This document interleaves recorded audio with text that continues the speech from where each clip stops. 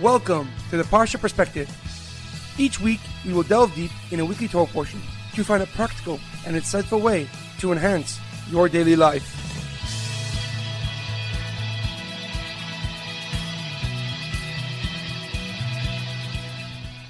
Thank you for tuning in. My name is Rabbi Shalom Yamini, and each week we will look into the weekly Torah portion to find practical and insightful ways to enhance your daily life.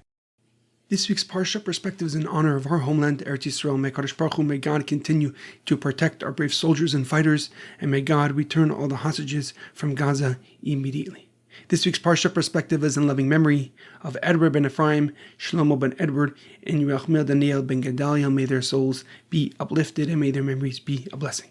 This week's Parsha Perspective is also in honor of the Refuah Shlema of Pennina, Bas, Shoshanna, Miriam, and all those who need to experience a speedy and complete recovery. This week is a double Torah portion, Parshas Tazria Metzora, restoring the soul. Our Torah portions discuss the complex laws of Tumah and Tara, ritual purity and impurity. These laws affect not just physical spaces, but spiritual conditions as well. The Parsha begins with the purification process for a woman after childbirth. Depending on whether the child is a male or female, she enters into a designated period of impurity. At the end of this time, she immerses herself in a mikvah and brings a korban in the Beis Mikdash and in the Mishkan. The Torah then introduces to us the laws of tzaras, a discoloration that appears on the skin, but it is rooted in a spiritual discrepancy.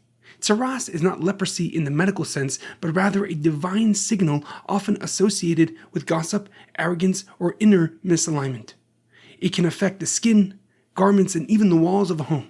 And a kohen is the only one who's permitted to assess and determine the tzaras' status. If a person is suspected to have tzaras, a kohen must examine the area, and then it is quarantined and re-examined after 7 days. If the signs like spreading appear, the kohen pronounces the individual impure, tameh, and they are required to leave the city and live alone, separated from the community until the condition heals. Once healed, the purification process is intense and symbolic. It involves shaving, immersing in a mikvah, and bringing specific offerings, specific korbanos, to reintegrate into society.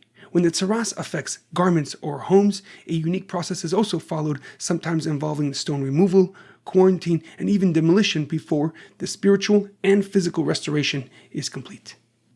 However, a question comes to mind. After the prescribed time has passed, the kohen declares the Metzora ready to begin the purification process. The Torah requires something unexpected. The process doesn't begin with prayer or a korban, with a sacrifice, but rather with an unusual set of physical items. The pasuk states that the kohen shall command for the one who's becoming pure, and they shall take 2 live pure birds, cedar wood, crimson wool, and hyssop. But why are these specific items, birds, cedar wood, crimson yarn, and hyssop, required to begin the Metzora's return to the community? What message are they meant to convey to the one seeking purification? What are they meant to teach someone who's not only recovering from a spiritual illness, but re-entering the society, the Jewish community at large? Rashi, Rav Shlomo Yitzchaki, the leading Torah commentary, gives a simple explanation. He writes that the unusual items brought by the leper, brought by the Metzora, cedar wood, hyssop, and the crimson wool, each hold meaning. They're not just components of the purification, they each reflect the spiritual cause of the tzaras, of the affliction in the first place. Tzaras often comes as a result of arrogance, of stubbornness, and the cedar wood, the cedar tree, tall and rigid, represents pride. In contrast to the hyssop, which is very soft, low to the ground, and filled with small worms, it reflects humility. The message is very direct, says Rashi. Healing begins not just with physical recovery, but with a shift within the soul. The Metzora must begin their own reintegration process with humility. The same pride that has led them to the isolation must be replaced with the mindset that allows a return. Only through humility can they begin to reconnect. They can reconnect with themselves, with God, and with the community they truly wish to return. However, the Lubavitcher Rebbe, Rabbi Menachem Mendel Schneerson, gives a deeper and more profound explanation. He writes that these items are not just reminders of the lepers of the Metzora's mistake, they are part of the healing itself.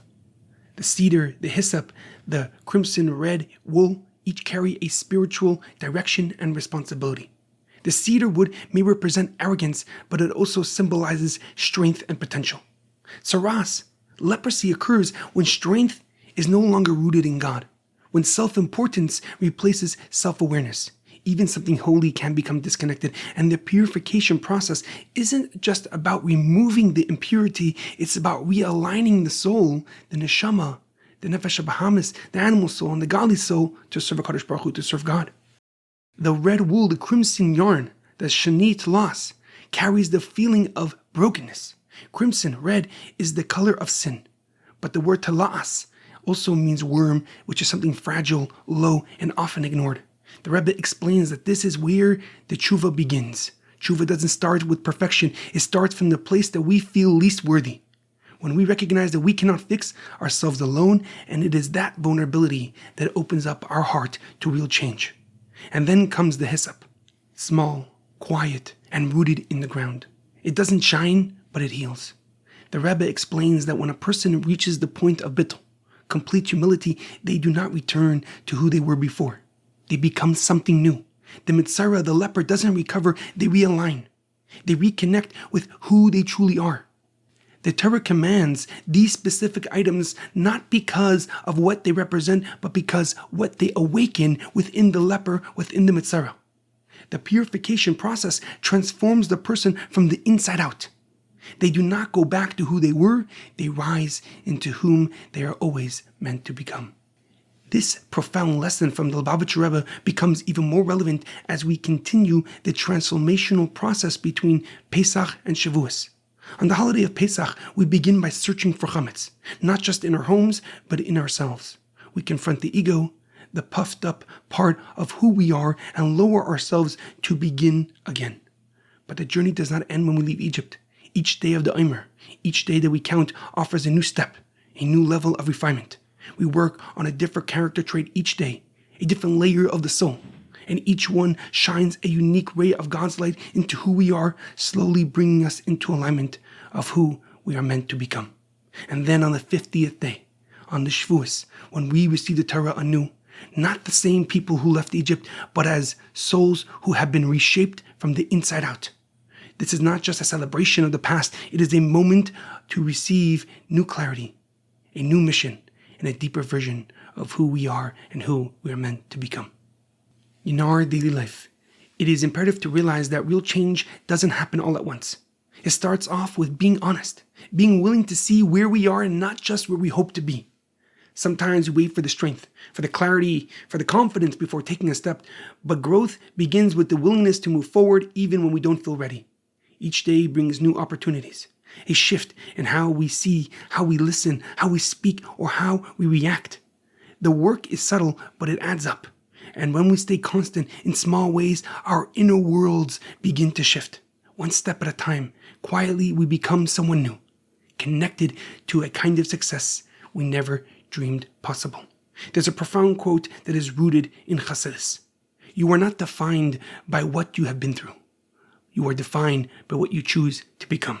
Have a great weekend and good Shabbos.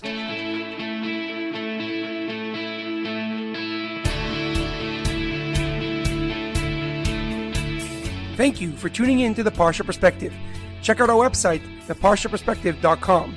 Send thoughts and comments to theparshaperspective@gmail.com. Till next time, thanks for listening.